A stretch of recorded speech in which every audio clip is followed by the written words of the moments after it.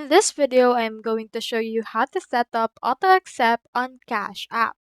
So if you're interested into actually enabling the auto add cash feature of your Cash App, then this video is for you. So I have in here this document that can help us. First thing that you can do is you can launch your Cash App application on your iPhone or Android device and make sure that you're currently logged in into your account.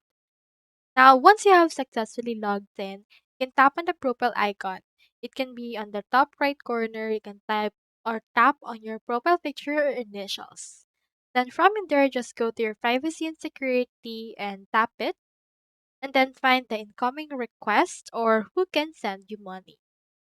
For this one, you can adjust auto accept settings. You can turn on or check the setting that allows auto accept from contacts or anyone if available.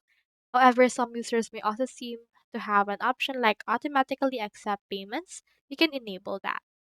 Once you're done with that, you can confirm and exit and make sure that this settings has been saved so you don't have to manually approve each incoming payment anymore. Bonus, if someone sends you money and it goes to pending, just tap accept once and next time payments from that person will be auto accepted. That's all there is today and I hope this video helped you out.